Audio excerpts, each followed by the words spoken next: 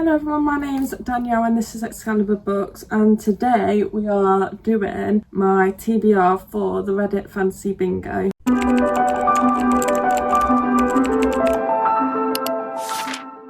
The sun is very bright here, but we're just going to have to make do, and because I'm using the sunlight it might move and change as clouds come over. It's so bright I literally cannot see right now. I make this video every year because I love taking part in the Reddit Fantasy Bingo.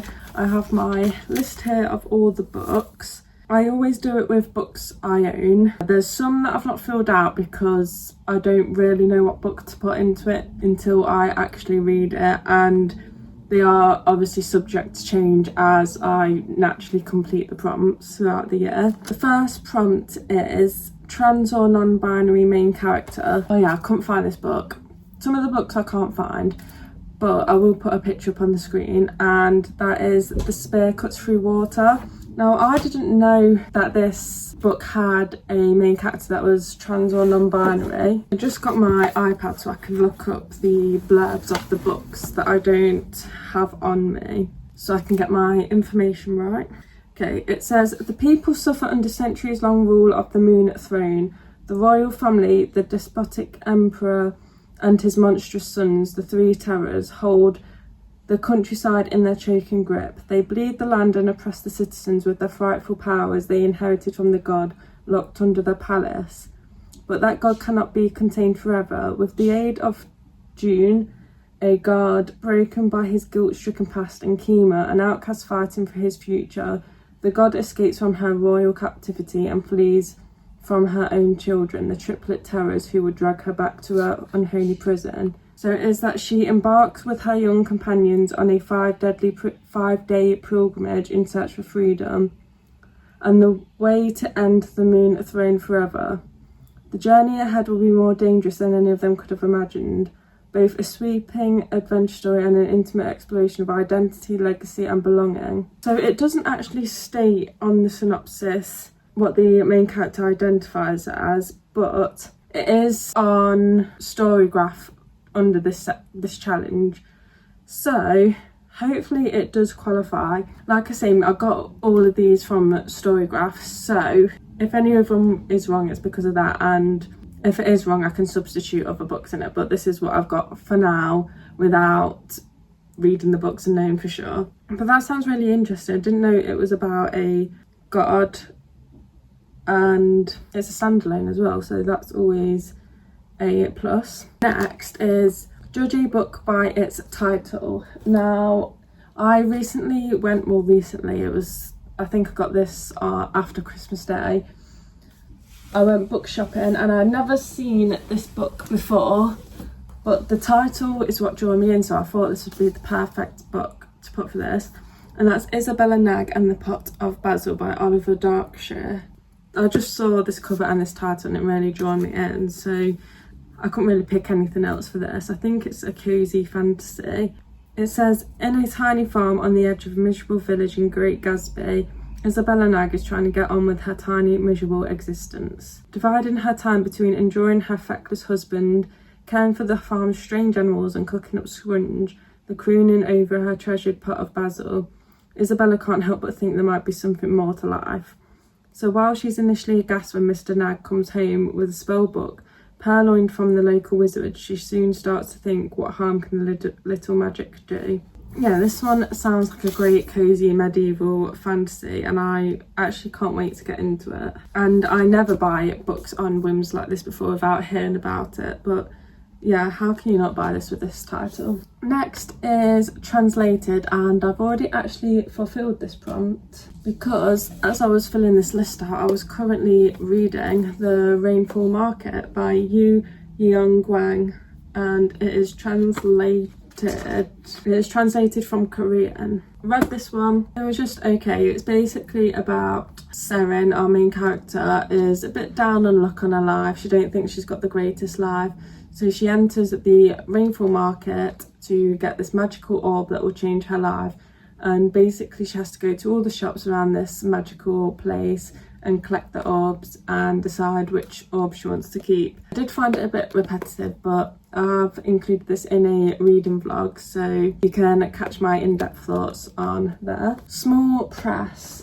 I couldn't actually think of many indie books that I've got, but I did see this one, and I actually got this one from Waterstones, and that's House from the Dark Ages. It's a short story collection, medieval horror by loads of different authors, and it's got the foreword by Christopher Bullman, who wrote Between Two Fires. And it says, uncover the secret annals of untold history in these 18 medieval manuscripts featuring ancient horrors lurking in cursed castles, wild woodlands, haunted hamlets and mysterious monasteries. I really enjoy medieval horror. Medieval is my favourite time era to read stories from, and I really like horror, so yeah, medieval horror is becoming one of my favourite like niche genres. I've not read too many, but what I do read I really enjoy. Unusual transport. I really struggled with this one, but then I remembered that I am currently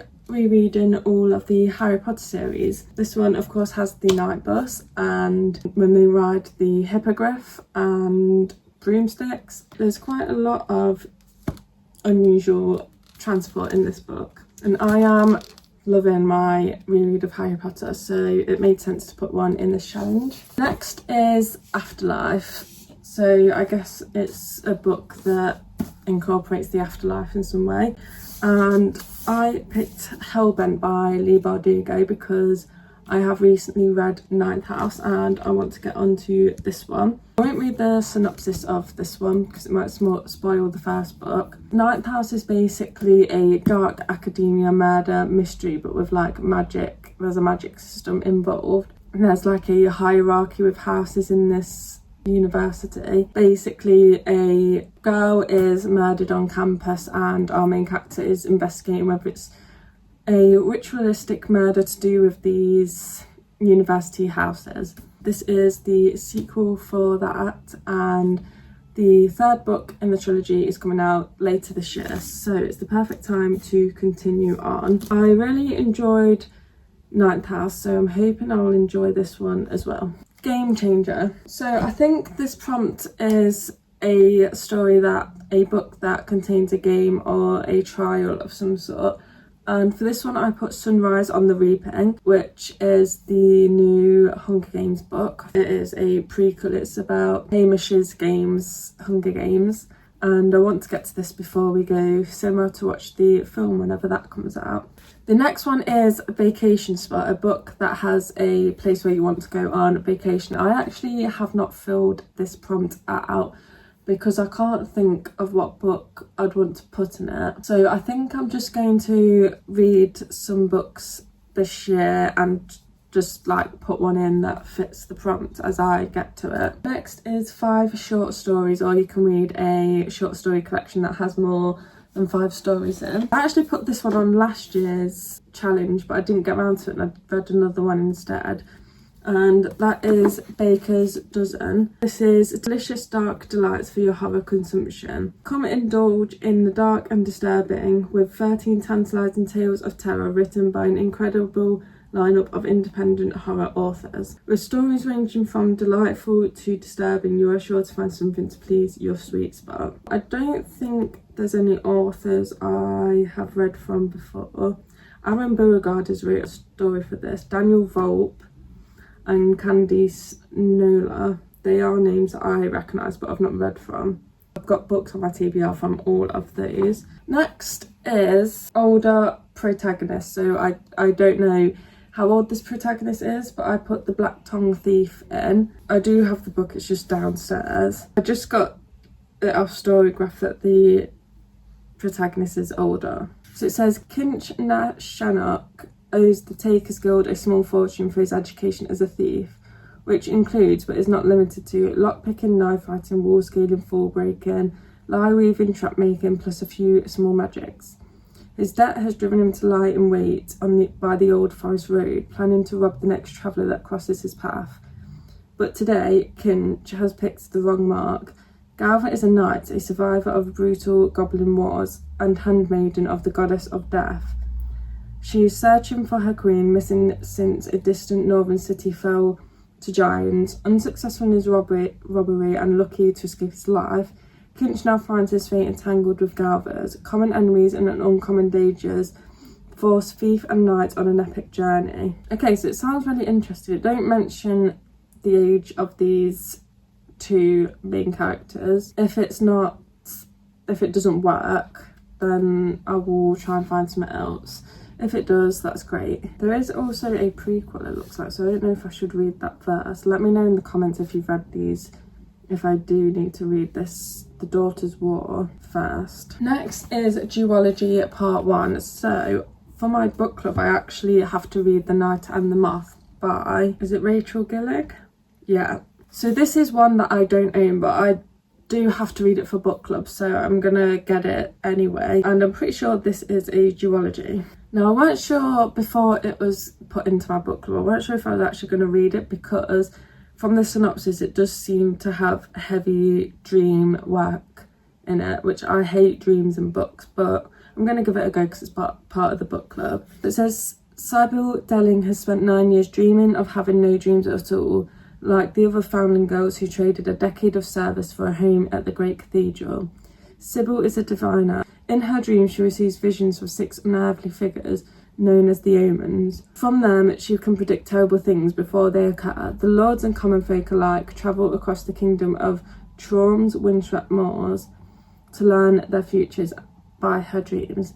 So, like, the setting in the synopsis sounds great, but it's just the dream stuff that I don't really like, but I will give it a go for the book club. The next one is Our Fantasy Read Along, and this one you can pick a book that they've had like past read alongs for.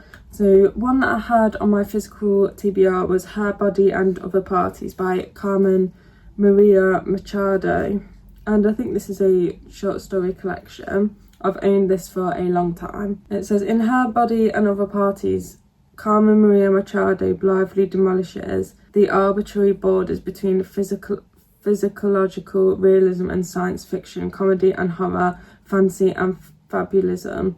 While her work has earned her comparisons to Karen Russell and Kelly Link, she has a voice that is all her own. In this electric and provocative debut, Machado bends genre to shape startling narratives that map the realities of women's lives and violence visited upon their bodies. But it sounds really interesting anyway.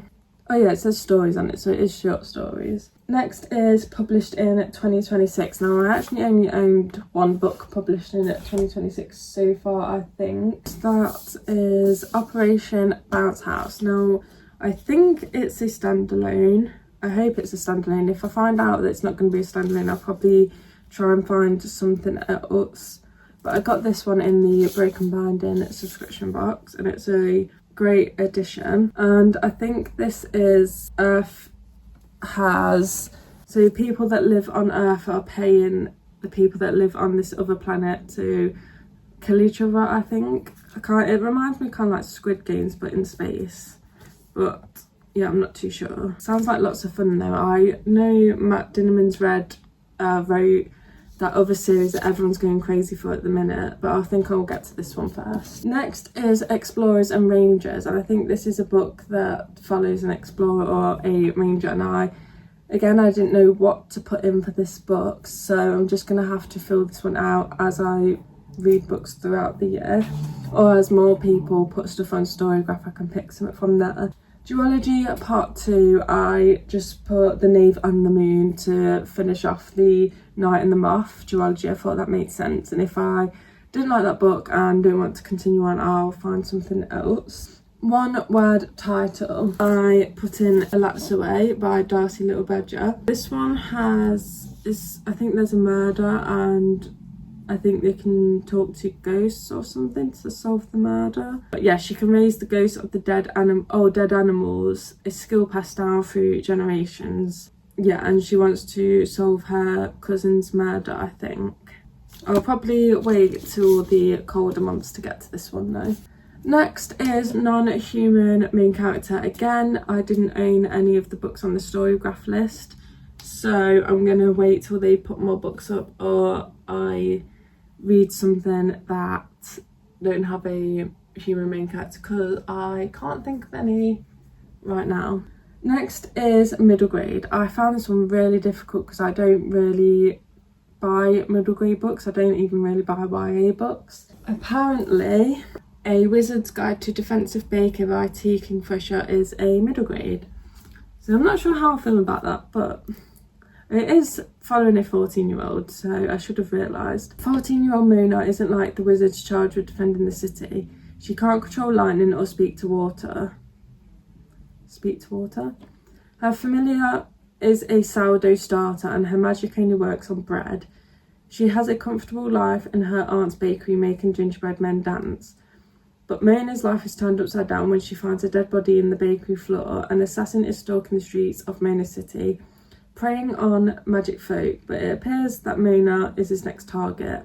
The synopsis doesn't sound like a middle grade topic. It says winner of middle grade and young adult fiction, but it was on the Storygraph list, so I'm taking it. Yeah, and it sounds really fun. I've had this for ages, so I do want to get to this. And it's like an indie published one too.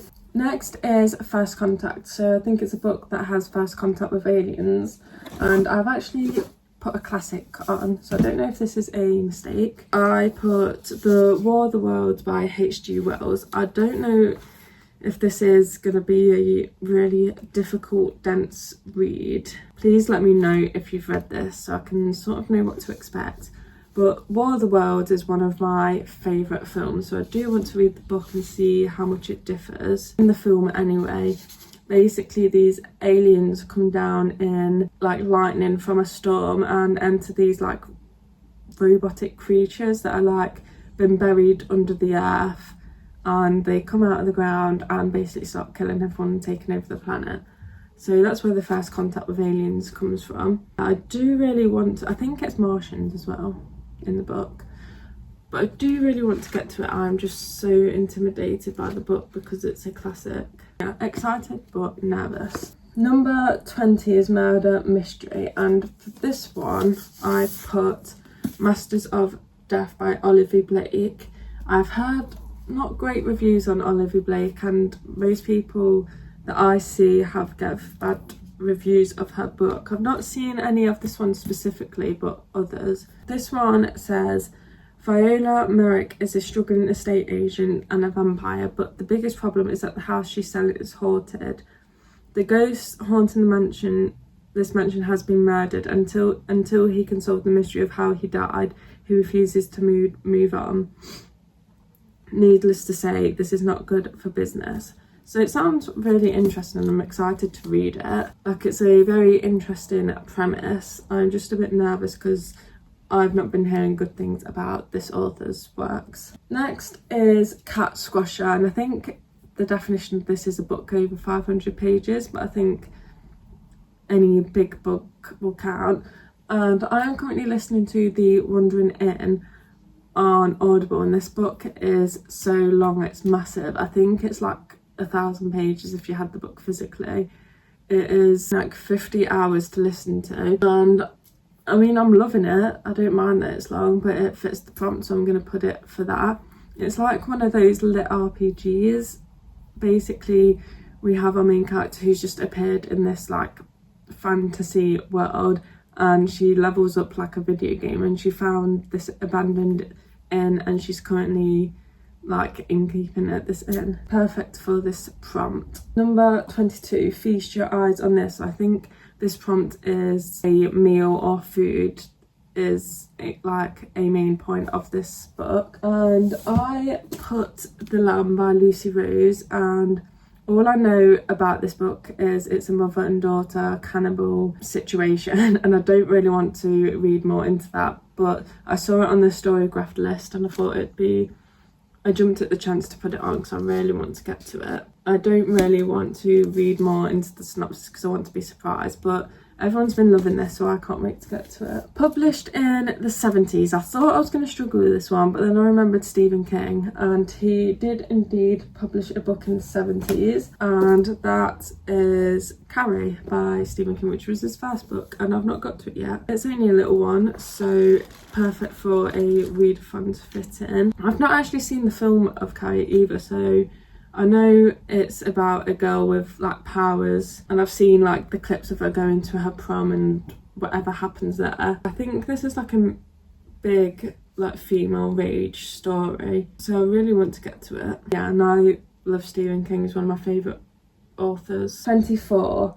Politics and Court Intrigue. For this I have put Blood Over Brighthaven by M.L. Wang. I love The Sword of Kaigan, so after reading that I instantly bought this. I don't know what in the plot has to do with court intrigue and politics, but I think it's like a magic university. Oh yeah, she's the first woman to ever be admitted to the High Magistrate at the University of Magics and Industries. So I guess that involves politics and stuff. I love a magic school story, so I'm sure I'll love this one. I love this author's writing as well. Last one, author of colour. I put The Keeper of Magical Things by Julie Leong. I think I had this author down as last year's author of colour as well, so I thought it'd be the perfect opportunity to continue with the series. Well, it's a companion novel, I think, to The Teller of Small Fortunes, which I loved, and I actually said when I read that book, I hope she rewrites other stories in this world, because the world seems so interesting, but because it's like a crazy fantasy, you don't really explore much out of the story. And I think this one is actually like a magic school as well. It says, Certainty Bulrush wants to be useful to the Guild of Mages, to the brother who depends on her, and to anyone else she can help. Unfortunately, her tepid magic hasn't proven much use to anyone. So when Certainty is offered the chance to earn her magehood, she jumps at it. Never mind that the assignment is to transport minor artifacts to the door or magical village of Spelling, or that it involves working with Mage Aurelia, a brilliant, unfairly attractive overachiever who managed to alienate everyone around her.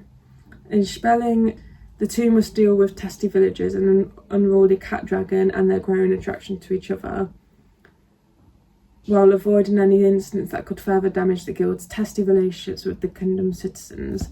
Yeah, this one sounds great and I can't wait to get to it. I gave The Teller of Small Fortunes 5 stars, so this is a predicted 5-star for me. So there are all the books that I am putting on my Reddit Fantasy Bingo TBR list so far. Let me know what books you're putting on there and if you're taking part this year. I'll see you next time I upload a video. Thank you, bye.